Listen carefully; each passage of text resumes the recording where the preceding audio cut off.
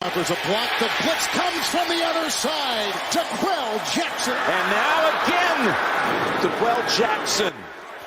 You're listening to Bleav in Colts with co-hosts Lawrence Owen and DeQuell Jackson, bringing you the latest and greatest about the shoe. Brady, middle, intercepted by DeQuell Jackson.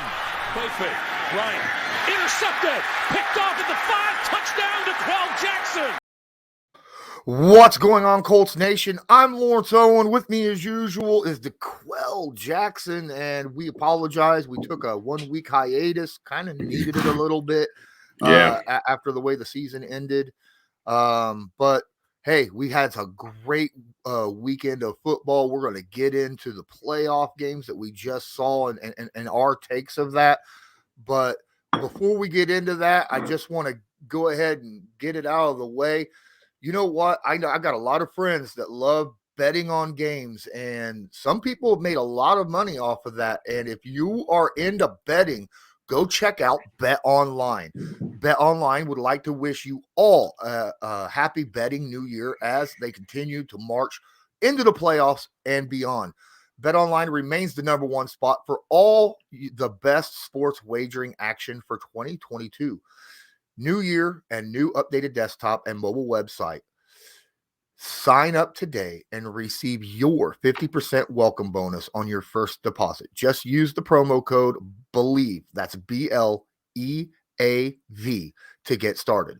From football, basketball, hockey, boxing, UFC, right to your favorite Vegas casino games, don't wait to take advantage of all the amazing offers available for this upcoming year. BetOnline is the fastest and easiest way to wager on all your favorite sports. BetOnline, where the game starts. Speaking of where the game starts, we had 4 of them this past weekend. 4. And that first one, did that take you as surprised as the rest of us out here watching the Titans just, man, their front 7 was vicious in that game, and yet Joe Burrow was just able. It makes you appreciate Joe Burrow, Jamar Chase, and in my opinion, A.J. Brown had a game and a half there too as well. Yes. No, all the stars that were supposed to make plays during this game, they showed up, right? That was the common theme with this first game with the Titans. But I think the Titans they lost that momentum. I thought getting Derrick Henry back, obviously we knew he wasn't going to be his old self.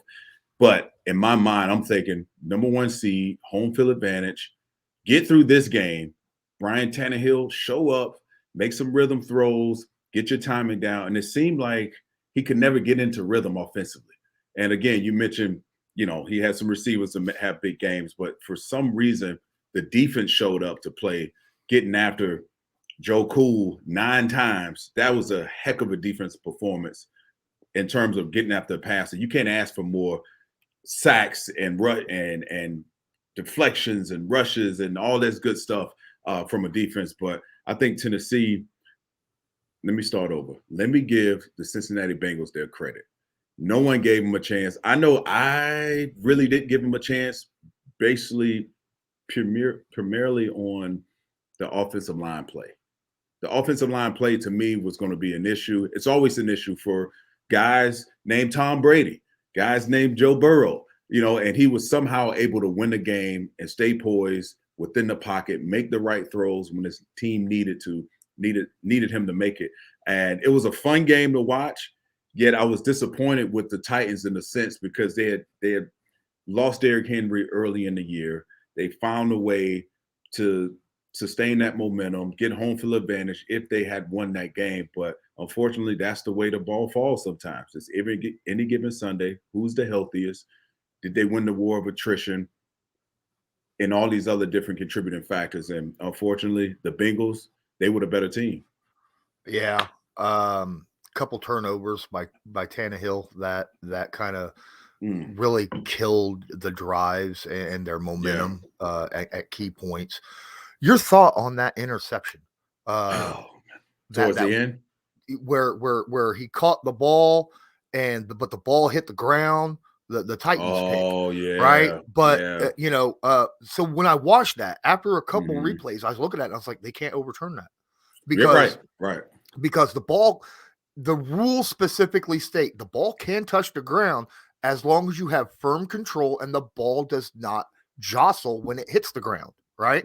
And that's exactly what happened. So rules wise, I think that was dead on. Now, if it would have been called an incompletion, I think there wasn't enough there to overturn that either. So what are your thoughts on that specific rule and that play itself? Yeah, the rule is a little vague, but I'm glad the refs got it right. I feel like the refs got it right because they saw it was a bang bang play. His hands were on the ball as the nose of the ball hit the ground, and there was, like you said, there was no movement. There was a secure catch. Immediately, when his hands wrapped around the ball, he was able to pick it up, secure it. But I think the rule, they'll probably go back and look at this a little bit more and give a little bit more detailed of what is actually a catch or an interception. So I do think they got it right this time. However, I was skeptical because we know if the rule reads a certain way, then the refs have to interpret it.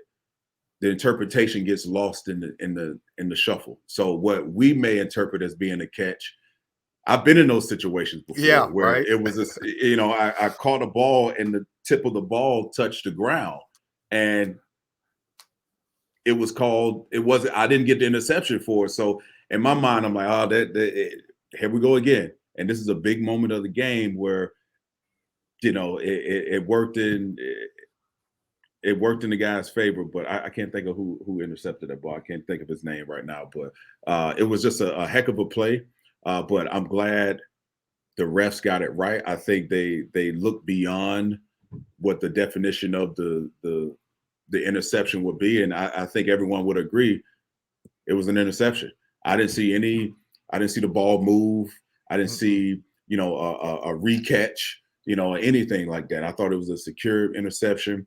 It was a bang bang play, and I think the refs got it right this time. But that is something that the competition committee, they're going to take a hard look at that because, if that was a receiver, would that have been a catch? And from what my eyes tell me, I don't think it would have been. I don't know. I'm on the fence about it. So it has to go both ways. And I think that's something they're going to have to clear up heading into next season because I'm sure everyone's turning that tape in. And that's going to be on every teaching tape from the refs going into the training camp, in terms of what's an interception, what's not, and how to interpret the rules and potentially rule changes. Yeah, definitely. Enough on the first game. Let's go into the second. Green Bay Niners. What? Yeah, who had this game? Who had the Niners one? Right. These are two upsets in my book, big ones, big. And it's not like the Niners offense did anything to win this game, right? No, at all. At all. If you would have told me a team scored 0 touchdowns offensively and they won a game in Lambeau, right? There's no way against Aaron Rodgers, against the number 1 seed. There's no way I would take that bet. No way, no how. But their defense came to play. I think D'Amico Ryans and what he was able to sell to his defense, and we already knew what type of defense they had with Joey Bosa and Armstead and these guys that can get after the passer. We knew that going into it, but those guys played with confidence. They only held Aaron Rodgers to 1 offensive touchdown. And to me, quite frankly, the third phase of a football team won this game. Special teams won this game. And, it was just a turn of events. You just never know how you're going to win. And Jimmy G has had this story, man. It's like, does he go out and actually win the game? He's just always on the winning side of things. And I don't know what to make of it. I really don't know what to make of it, but they ran the ball well. He made some throws we needed to. And Deebo Samuels, that guy in the return game, you line him up as a running back. He obviously can beat you as a receiver. And this was the most important. This is when I realized how important he was and what he meant to this franchise. 3rd and 7. You put the ball in your best player's hands. They handed the ball off to Deebo Samuels on a 3rd and 7 when the game was on the line. And damn it, he ended up gaining like 10 yards. So to me, he's everything for this franchise. And to see the Packers go down the way they went down was heartbreaking. And, so much was expected of this team and Aaron Rodgers, and questions of whether or not he'll be back, or it was questions leading up before the season whether or not he would be the starting quarterback. So there's a lot of questions surrounding that franchise. But this was a game, like you said, it was an upset that I enjoyed watching. I really did.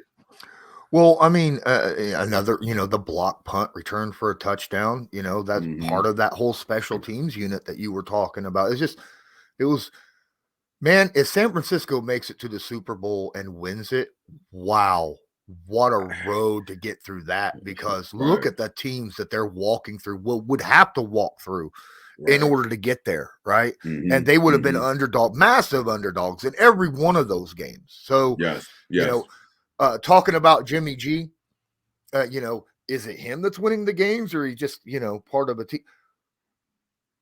Let's put things into perspective a little bit. Okay, so Jimmy G's fine as a quarterback. I've always said that as a guy, as long as you don't have to throw the ball more than 15 yards. That, I don't trust him as far as I could throw him, right? Look at it this way. Tim Tebow's 10-6 as a starter in the NFL, right? 10-6. He doesn't play football anymore, right? He tried to do tight end work this past offseason. Now Jimmy G's a better quarterback overall, I think, than what Tim Tebow was. But I'm just saying, you could have a winning record and not be a starting franchise quarterback, in my opinion. And to me, I think Jimmy's a good quarterback, but I don't think he's a starting franchise guy. I think he's one of those really good game managing backups, in my opinion. Yeah. Hey, Colts fans, thanks for watching DeQuell and I here on Bleav in Colts. While you're at this, please take a moment to smash the like button, hit subscribe if you're not subscribed, tag that notification bell so that you are notified next time we upload a video or go live, so that you can join in the conversation. Don't forget, you can share this stream. That would help us out a ton.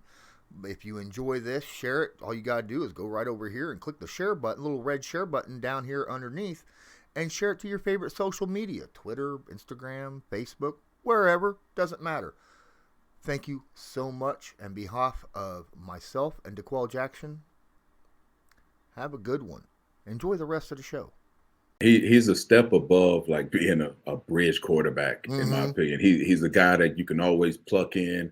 He'll know where to go with the football. You just can't depend on him throughout a season, whether it be his health or him actually materializing to this great potential we all thought he would materialize to. So I just hadn't seen it, for whatever reasons.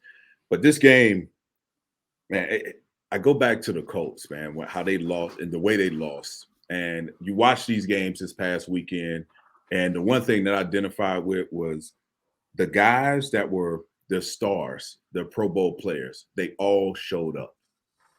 Or someone else, because the number one threat was taken away, another guy stepped up. So to me, George Kittle's had a great game. Obviously, Deebo Samuels.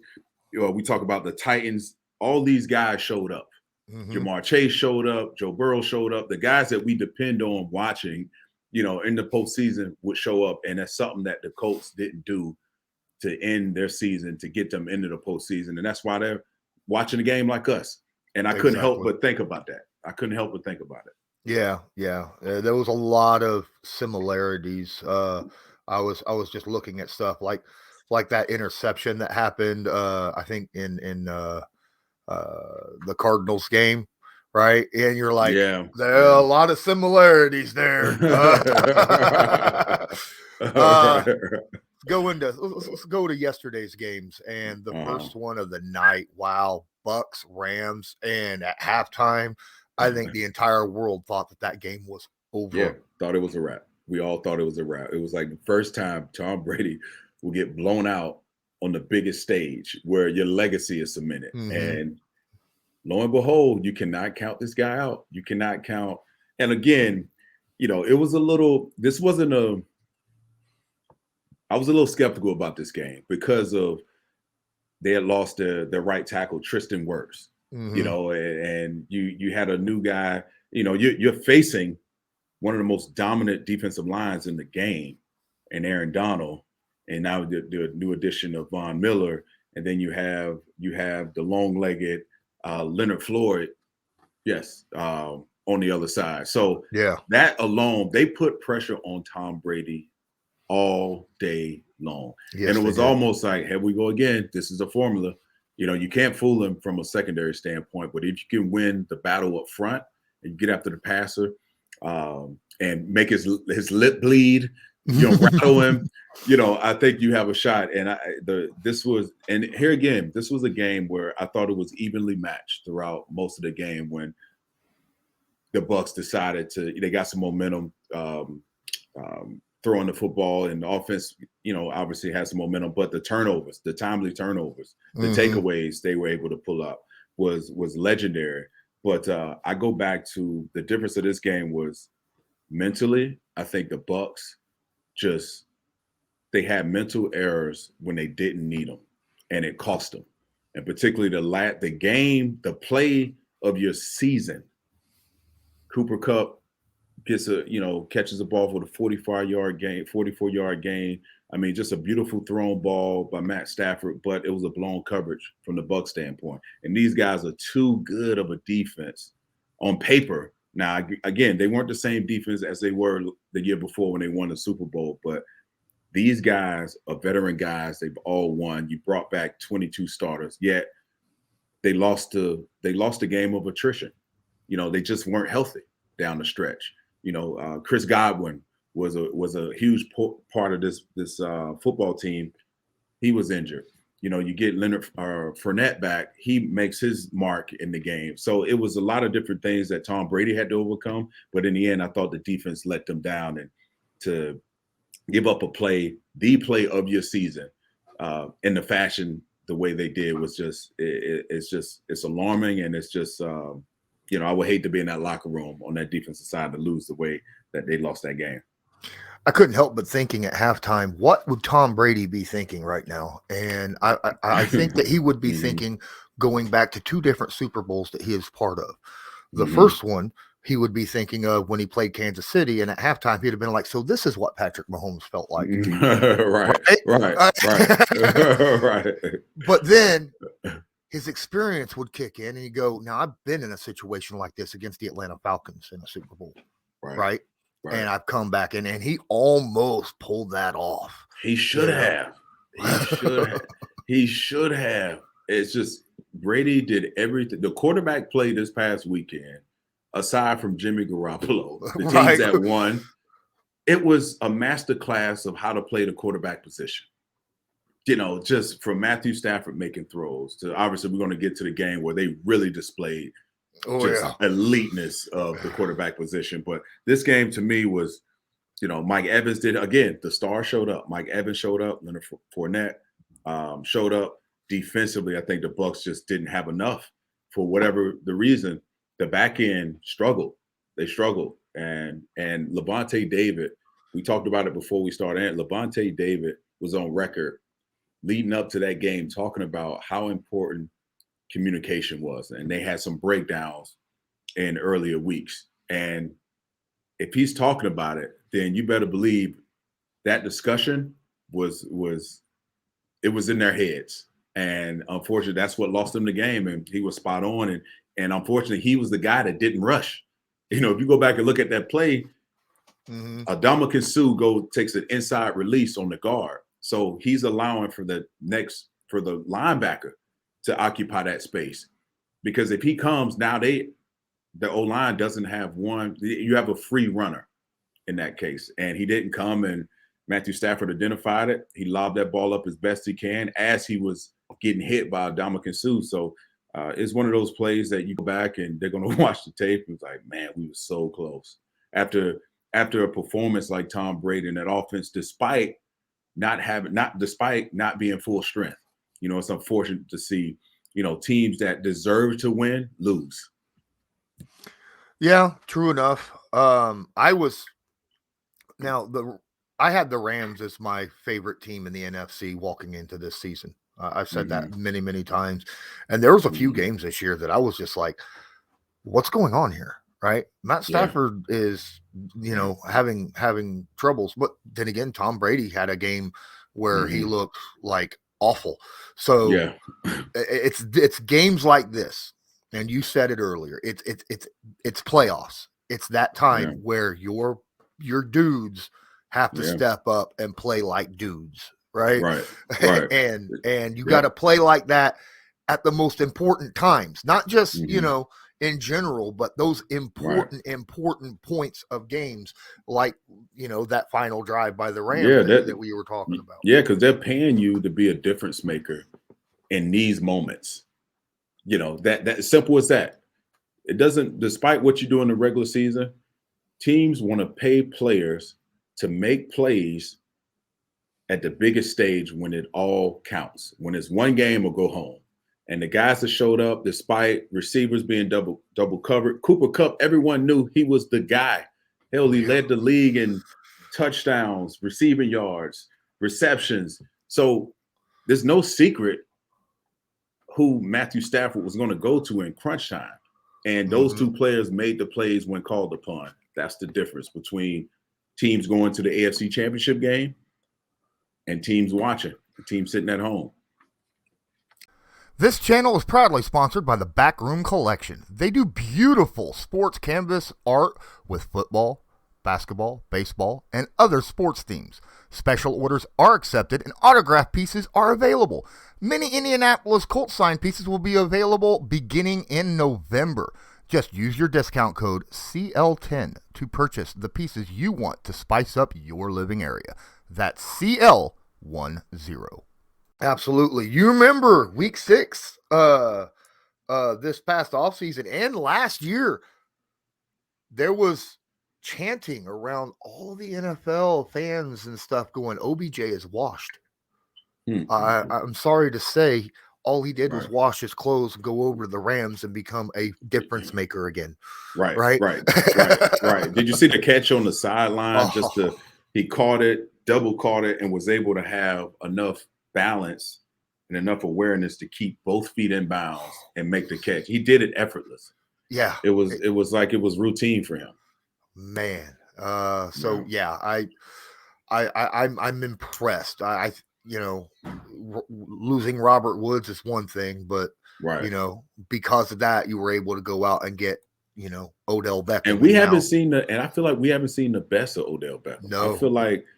I feel like Sean McVay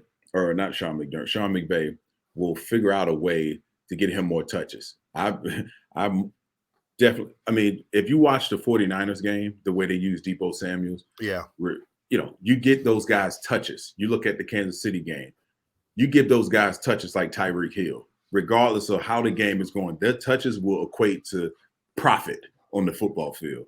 Exactly. And it's just, it was great to see those big moments happen. And, I'm happy for Matthew Stafford. It's been a long time coming. I remember the first time I made the playoffs with the Colts after eight seasons. It was like a new league. It was like something you never experienced when you thought you experienced everything that the NFL had to offer. So I'm happy for him.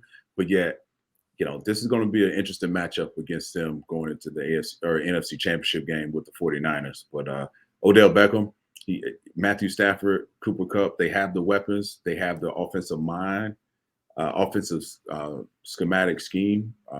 So this is going to be – it's going to be interesting to see who comes out of this. Yeah, definitely. Let's get into the final game of the weekend, and what a barn burner that was. Holy cow.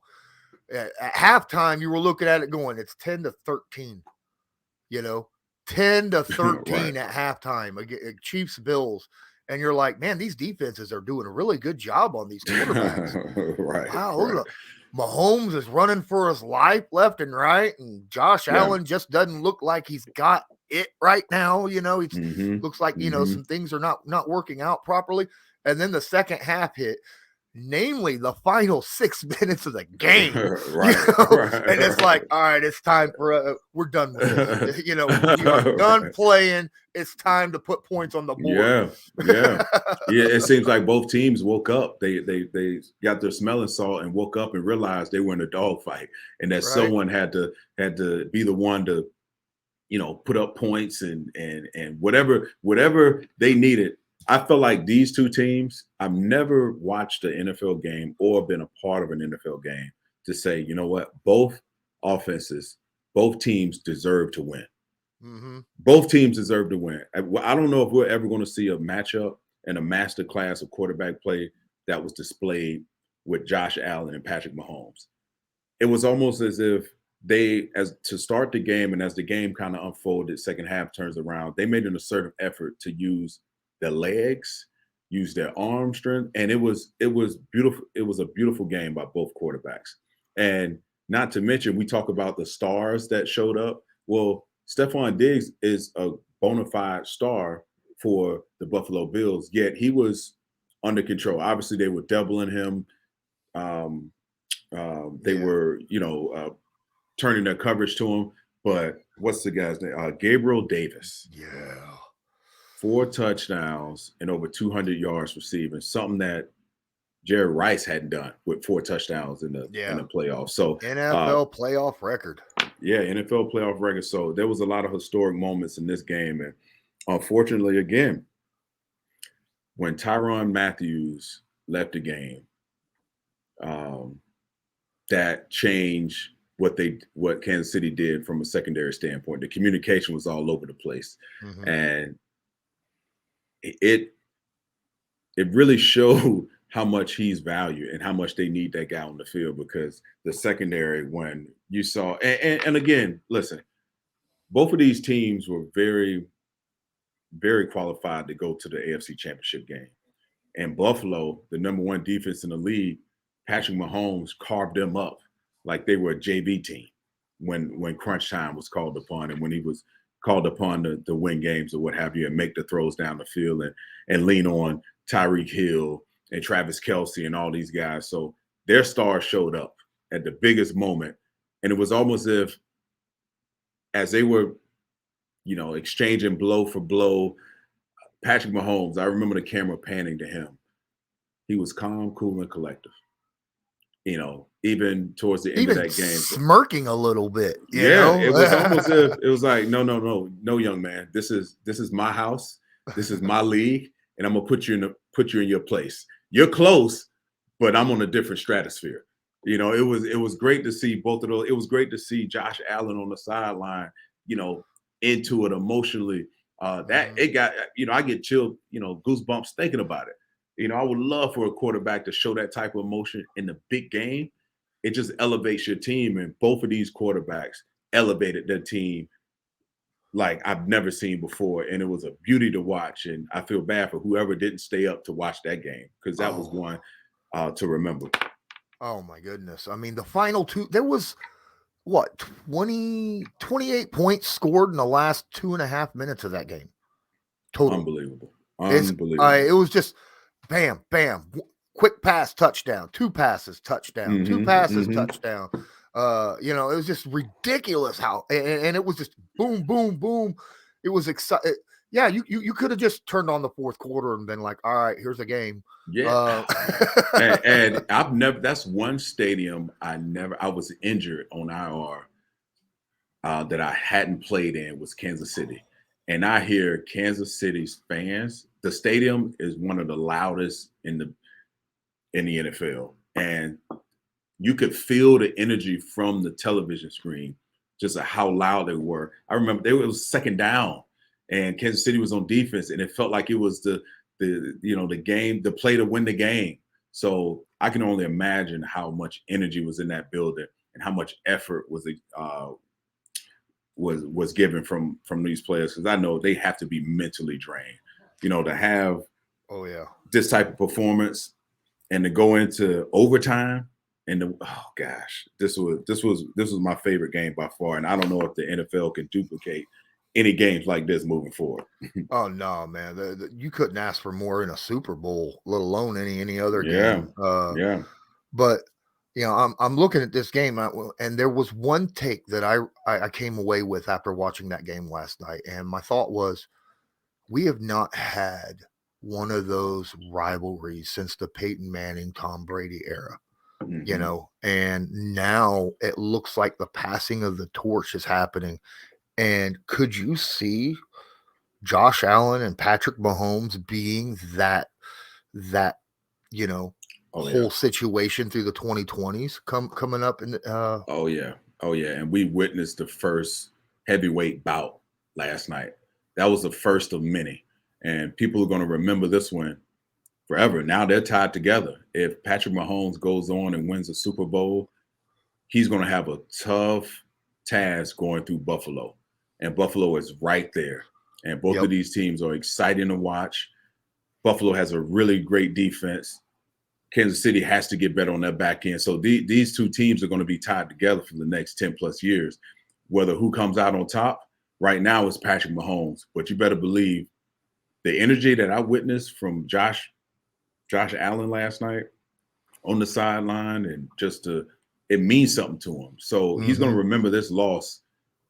He's never going to forget this loss, and he's going to have this moment again and again. But I do see the similarities between, back in the day when you had Tom Brady and Peyton Manning playing, everyone, including their mothers, was watching this game. Even if you weren't a football fan, you had to watch and see greatness performed on both sides of the ball, or either team. So this is one of those cases where they're both box office talents. They're going to put up big numbers. They're exciting to watch. They both are able to use their arm in ways that are just you can't coach. And they also have the athleticism to extend downs, and they actually call, quarterback sweeps with Josh Allen. He's just a tough old school guy. And you've mentioned this before. He gives you that big Ben or Andrew Luck statue, the way he's hard to bring down, but he's tough as nails. So this is definitely going to be a matchup that everyone's going to look forward to, whether it's regular season or postseason. And right now, Patrick Mahomes has the edge. Yeah, definitely. But we were seeing things from both these quarterbacks that we would see from the other quarterback, right. Where like Josh Allen, obviously he's a big, when he takes off with the football, it's a scary situation because he's a big dude. He can run, he's athletic. And Patrick Mahomes generally don't do that, but man, he was doing that in the first half where he'd take off and just go and get positive yards. And I'm just like, wow, that looked like, Josh Allen running the football rather than Patrick Mahomes. And then there was a pass later on in the game by Josh Allen where he just kind of sidearm slung it underneath the arms of another defender for, a nice big old long gain. And I'm like, that's Patrick Mahomes-ish, and so it looks like it almost looks like identical quarterbacks out there, at times, just at that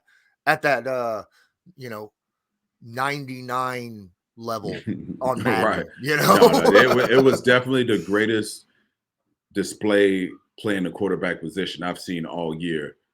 And from two guys, given the stage, given the what was riding on it, I mean, Kansas City and Patrick Mahomes just showed a level of just confidence that we are not going to be denied our trip to the Super Bowl. And before that, the AFC Championship game. And you saw a hungry young team like the Buffalo Bills, and we know their history with Jim Kelly reaching the Super Bowl 3 or 4 times and never winning it. So they have all of that behind them that they're going to carry with them going into the next season. But this is the first time I realized I knew Josh Allen was good, but he took his greatness to another level. And I don't know any quarterback that can play as well as he did and not win a football game. But that's how great Patrick Mahomes is. You could play your best game of your career, best game of the season, and still lose. And with 13 seconds to go in the football game. Right. When I saw that, I'm thinking they pan to the sideline. You see Buffalo Bills, they're all hugging it out. They think they have this game won. And for Andy Reid and Patrick Mahomes to go down the field and tie the ball game with 13 seconds left. Again, that was great planning. They were ready for the moment from Kansas City Chiefs standpoint. But Leslie Frazier, who's been getting a lot of praise this year, I have to scratch my head on this. Yeah. Because I know on Saturday, when I played the game on Saturdays, you go through all these different scenarios. And based on the talent pool that Kansas City has, you can't afford to leave a guy that's the fastest guy in the league uncovered for 15, 20 yards and expect to tackle him in open field. Right. You miss out on that. And then you back it up with letting Travis Kelce, you're protecting the side, letting Travis Kelce just run freely up the field. That is football. That is the biggest football 101 no-no in the history of football. And again, the number one defense, you can't stop a team in 13 seconds. When we saw, I hate to bring them up, the Dallas Cowboys debacle with 14 seconds left. They can't even get a playoff, let alone Patrick Mahomes and Andy Reid go down and somehow tie the football game up on the biggest stage of the season to ultimately win in overtime. It was just unbelievable to see. I didn't know that was possible. In my mind, I'm like, it's over. Yeah. And Patrick Mahomes is able to make the impossible routine, and he constantly does it week in and week out and year out. So this is going to be exciting to see how this unfolds with him and the confidence they're going into this AFC Championship game with, because I don't see anyone penetrating how they was able to win last week to stifle them into their road to the Super Bowl. All right. Well, we covered this divisional weekend for the playoffs, and now I think it's time to kind of ease on over. This is Bleav in Colts, not Bleav in the playoffs. I wish it was one and the same, but unfortunately that didn't happen this year. But I dropped. Obviously, I asked if anyone had any questions for this episode, and we got 2 questions that I think are kind of similar. So I'm gonna ask the first one. The one Patreon of mine, Brandon Wood, asks, after watching this weekend's game, all the games, all 4 of them, what are some key takeaways, in your opinion, that Ballard needs to really think about and keep in the back of his mind this upcoming offseason? Yeah, he doesn't need to keep this in the back of his mind, but he has to go out and find a number 2 receiver. He has to find more weapons for whoever it is that's going to be the quarterback of the Indianapolis Colts. There's a guy by the name of Chris Godwin over in Tampa. He could potentially be on the market, but you have to go out and get more dynamic playmakers offensively to help this running game and help Carson Wentz. Watching these past 4 games this past weekend, we talked about it. What stood out were playmakers, the guys that you depend on. There's enough on our defense. We have enough. We can fine tune some things. You can always add to that. I think Kwity Paye is going to surprise us all going into next year. But offensively, with T.Y. Hilton contemplating retirement, Jack Doyle contemplating retirement, you have Pittman Jr., who solidified himself as a number 1. He needs more help on the outside. And if you can do that, I think this team exponentially gets better. And you look around the league, you look at Tyreek Hill, Deebo Samuels. If you can find a guy in the draft that's dynamic, that's positionless, he can return. He can, play in the backfield. He gives a receiver. You need a dynamic playmaker, and it keeps showing up week in and week out that they don't have that. I don't know. I think the Colts have that in Nyheim Hines. They're just not using him. I really do believe that Hines is that player that can play in multiple different facets of the game. It's just he's not getting snaps. This offense isn't necessarily suited for that. Yeah. Because of how well the run game was so efficient this past year. So it limits what you do offensively to a certain degree, passing the ball at least, because I agree with you. He's a mismatch on any running or any linebacker that is covering him. Mm-hmm. He has that agility. He has that. And I'm sure, they're going to have to go to the drawing board and figure out who are they going to be going into the next season. And unfortunately, it's going to be the run. You're going to lean on the run. You're going to lean on the run game. So, whether they have to do a deep self-scout and to figure out what offense works best for Carson Wentz if he's going to be the guy next year, which I'm pretty confident he will be. You have to be able to use your assets. You have to be able to use them because, he's definitely a mismatch. And now you can focus on Taylor just being a guy that runs in between the tackles, but he also can make plays out of the backfield, catching the football and in space. So it's a good problem to have, but I do think the way the game is played now, today, you have to score points. Not to say that the Colts had any issues scoring points, but you need difference makers. You need solidified, bona fide stars that can go out and make plays for you. Simple as that. And go ahead, you got it. Oh, I'm sorry. I was just going to bring up the fact that, the star situation, going to teams that are in the middle of a rebuild that probably won't be picking up certain guys or may not. My eyes have been on Allen Robinson, right? As that other receiver. The dude is absolutely fantastic, and the Bears are cleaning house right now. So I doubt that they're going to bring Robinson back, and if they don't, he's going to be on the free market. Now, will he be more than what the Colts can afford? That's possible, most likely, but he's still a guy that I look at and go, wow, him opposite Michael Pittman Jr. would be absolutely fantastic on this Colts offense. Yeah, and you have to also ask yourself, okay, if you're a pass catcher in this league, do you want to go to a team where the quarterback situation is in question? That plays a role into it. I know Carson Wentz to sign for next season, but it's going to be a similar situation that Green Bay is going to have to deal with Aaron Rodgers and their number one target. So I think it all goes hand in hand. However, Indy is a more complete football team. I don't know, most free agents, in my opinion, would want to go to a place like that who has the ability, has the talent. They just have to figure out certain positions and help them and help the team in certain positions. So it's going to be a fascinating offseason. But I do think, now that Aaron Rodgers, now that teams we're getting closer to the Super Bowl, more coaches are available, more players are available, and now you're able to self-scout and see, okay, who could potentially be free agents as a player. I think you have to look at every position on this football team to upgrade. Carson Wentz is here, but there's a lot of things that can happen. The way the Browns were able to maneuver picks years ago, now they're, obviously they had a disappointing season, but anything can happen. And I think Ballard is a guy to make a bold move to help this football team. Because one thing that in the league that is a big misconception is time. We all assume when you're playing, you have all this time in the world to get it right.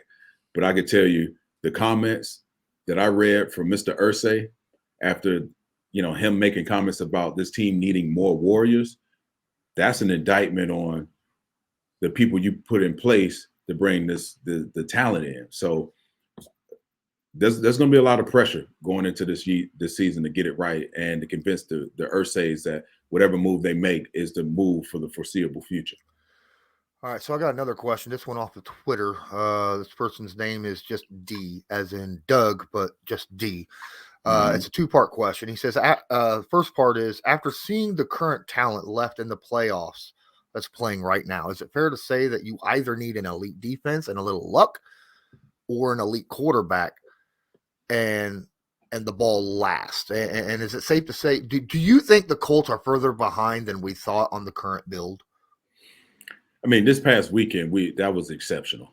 You're getting the cream of the crop in quarterback play. So I don't want to, obviously that's ideal. Everyone would love a Patrick Mahomes or Josh Allen, but in all fairness, it's hard to find guys like that. They're in a space of their own. So yeah, it makes you think, do we have the guy under center that is capable of making throws and impacting the game like these two guys made? That's fair.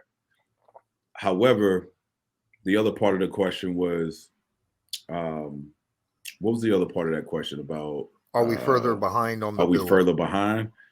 No, I don't think so. Look at how we I mean, obviously we didn't finish how we wanted to, but we would have had a chance to get in the playoffs. And we've witnessed, teams, visiting teams go into 49ers that were the fourth-ranked team go into Lambeau and beat the number one team in the NFC. We also saw it on the other side in the AFC. Right. We saw the Bengals that no one really gave them much hope in this game because of their god-awful O-line play, not have a chance to beat the Titans, who were the number 1 seed in the AFC. So anything can happen once you get to the play. I think this team definitely has a playoff caliber roster. They just have to find a way to stay healthy, find a way to win early, and not put themselves in such a deep hole because you expend so much energy and effort mentally and physically. So when it comes time to beat a 2-14 team to get into the playoffs, you don't have a massive letdown like we witnessed this past year with the Colts. So I do think we're not far behind. Teams get hot. Teams get hot at the right time. And I thought these two teams, you look at the teams that played this past weekend, this is the epitome of the National Football League. Doesn't matter how you rank. As long as you can get there in the postseason and you get hot at the right time and you don't have these mental breakdowns in on the defense, you have a chance to win any game that you're a part of. Absolutely. I think so too. I don't think the Colts are that far behind right now in their current build. I think that they have talent. They have tons of talent. It's just, I think there's what they're lacking, in my opinion, is some the proper leadership at their position coaching spots. That's my issue. Like, I'm looking at the defensive line play, right? I'm looking at the defensive line coach going, hey, you were supposed to develop these guys, right? They got to get better throughout. That's who I'm putting the question mark in when it comes to the quarterback play. Hey, Milanovic, you were supposed to be able to bring up Carson Wentz and get him to that point where he understands how to run this concept that Frank Reich is running. And there's still problems there. So that's where I'm putting most of my blame right now. Now, obviously, they can't make the plays on the field. So the players definitely have to take a lot of that blame. But position coaches, in my opinion, are partially responsible for the outcome that comes out at the end of each and every game. Yeah, any coach I've ever worked with that I thought was really good has been great at developing talent. Has been good at teaching the scheme and giving guys information in terms of what is expected of you. And I think that's what you're saying in a nutshell. Is like we need more coaches who are developers, who are developing these guys, who are absolutely.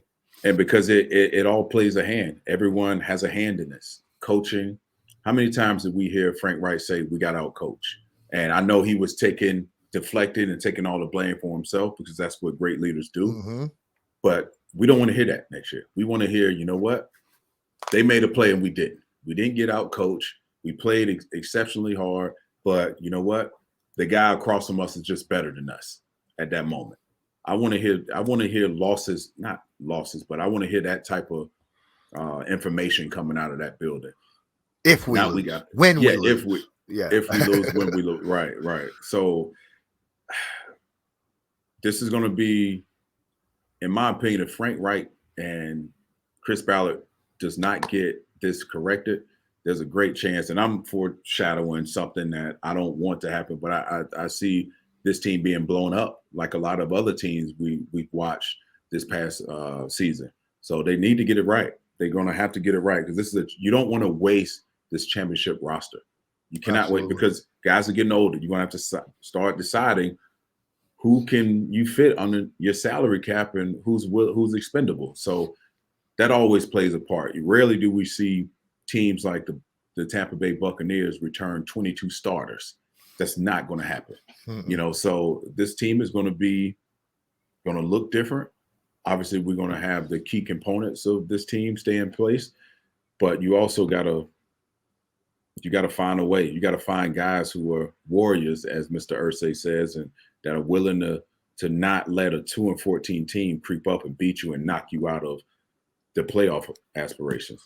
There's a lot that I want to talk about still, but we're coming near to the end of how much I'm going to have on this. So I just want to put a little bit of, let people listening and watching know the next episode. I would like to discuss a little bit about the coaches, a little bit about guys out there that are getting ready to, they're getting interviews. Matt Eberflus, your Morocco Browns, your your Dodds. We're going to discuss these guys in depth, give our opinions for each one of them on the next episode of Bleav in Colts. Any final words before we exit out here? Only, you know what? I'm not missing a second of this weekend's championship games, because if they're anything remotely like what we just watched this past weekend, that's definitely a treat for all of our eyes to be a part of. So I'm looking forward to this weekend's championship game. Absolutely. Myself as well. And I think that will do it for myself and DeQuell Jackson. This was Bleav in Colts, brought to you by Bet Online. And as usual, until next time, go Colts. Go Colts.